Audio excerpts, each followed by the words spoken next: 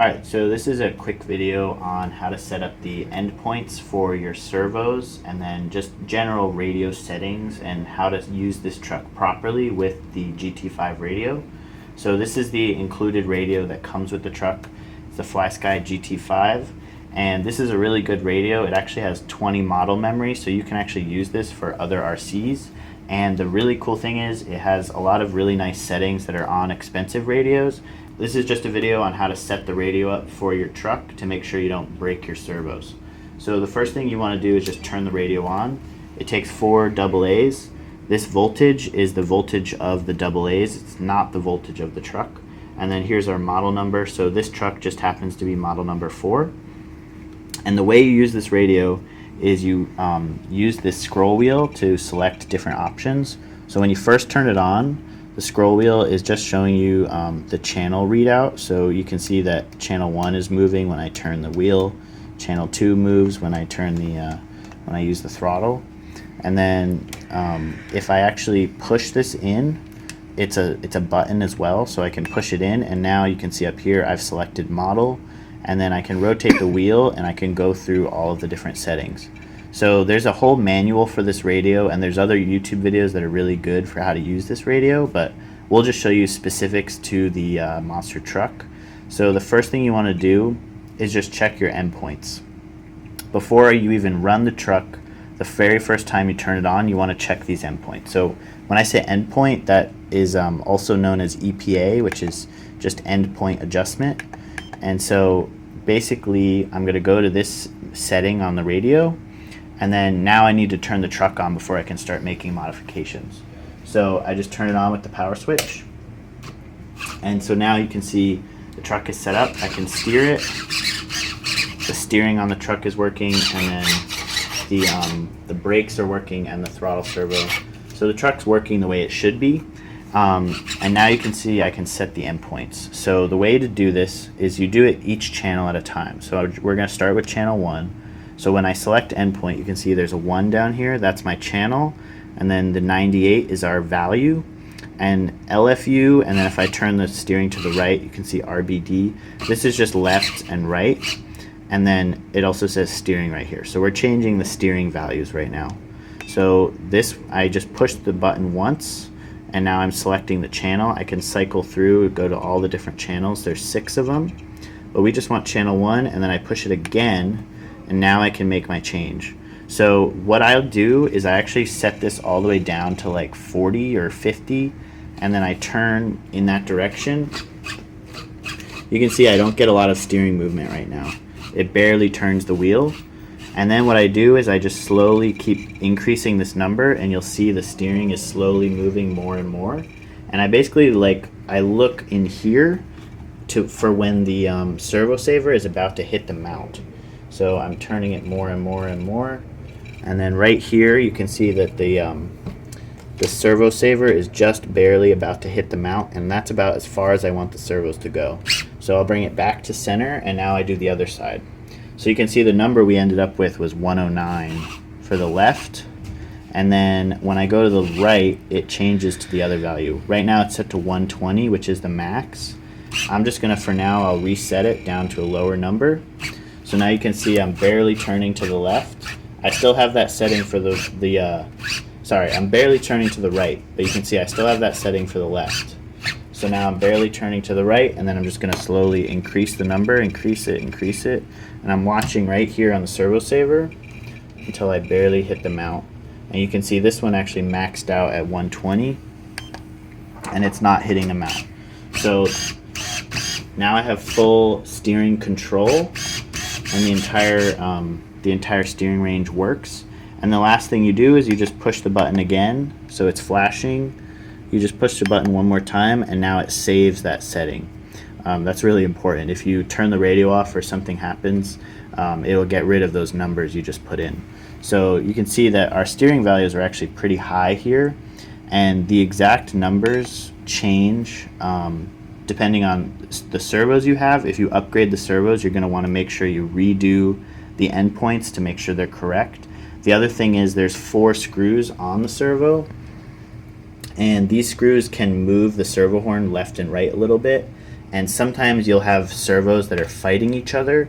So you just want to loosen up one of these. So you loosen all 4 of these, and then wiggle the steering a little bit, and then tighten them down again. That'll kind of get both servos aligned with each other. These ones are already aligned, so I know that I'm not going to have any issues. So that's setting those servos. Now I'm still on channel 1 here. I want to go to channel 2, so I just push it here. It's flashing. I go over to channel 2. So now I'm on my my throttle and my brake. So it still says LFU and RBD, but LFU is when you squeeze it, and then RBD is when I push it away. So RBD is brake, LFU is throttle in this case. And so the first one is actually over here. So here you can see the throttle servo. It's moving when I squeeze the throttle. And then the way to actually set the endpoint for this is we need to look at the top of the carb right here. So there we can see the top of the carb. Now I'm just going to reset this value down to like 40 again. And you'll see, so I'm down at like 40. I'm going to squeeze the throttle all the way. And then you'll look at the top of the carb, and you'll see that the throttle is not pulling all the way. And then I'm just going to slowly keep increasing it on my radio. I'm slowly just turning the dial, and then eventually we'll get to the point where you see the top of this piece is hitting the where the idle screw is. You can see that that's full throttle on the carb. So now I know it's actually just set to 100%. Now I know I'm going full throttle. So the last one is the brake. And you can see our brake is already set to 80. This is kind of a good value to set it to. If it's at 100, what happens is the kill switch will think that the kill switch is set up for 3-channel radios and also 2-channel radios. So if it's on a 2-channel radio, the way it works is when you go full brake, it will actually shut the engine off.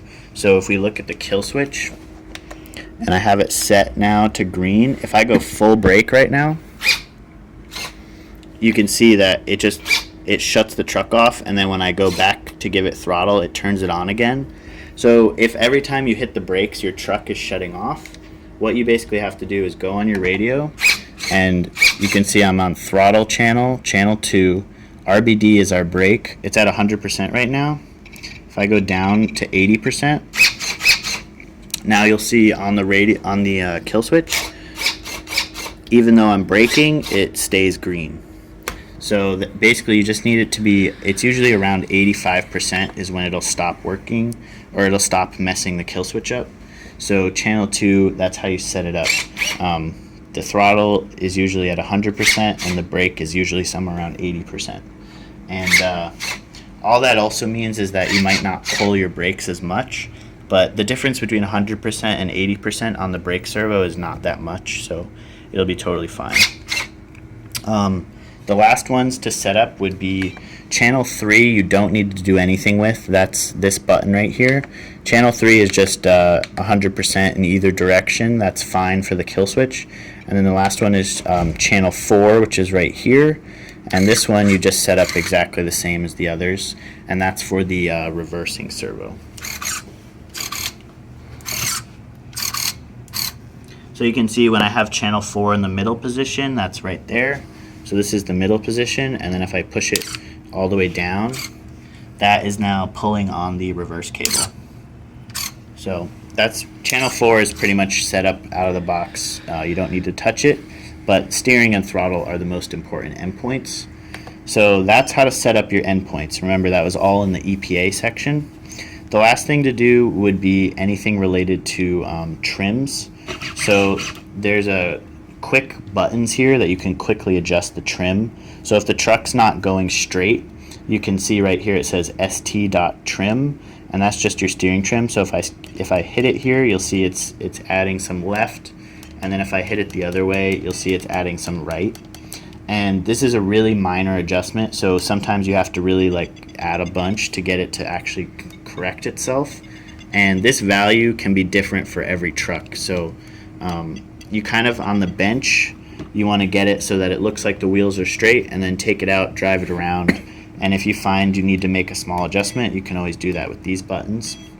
And then the other settings on the remote, so for example, we have sub trim. That's like if you don't have enough trim already to get the wheels going straight, you can add even more trim here with sub trim. But I would focus on just using this button. That's the easiest adjustment. And then we have dual rate.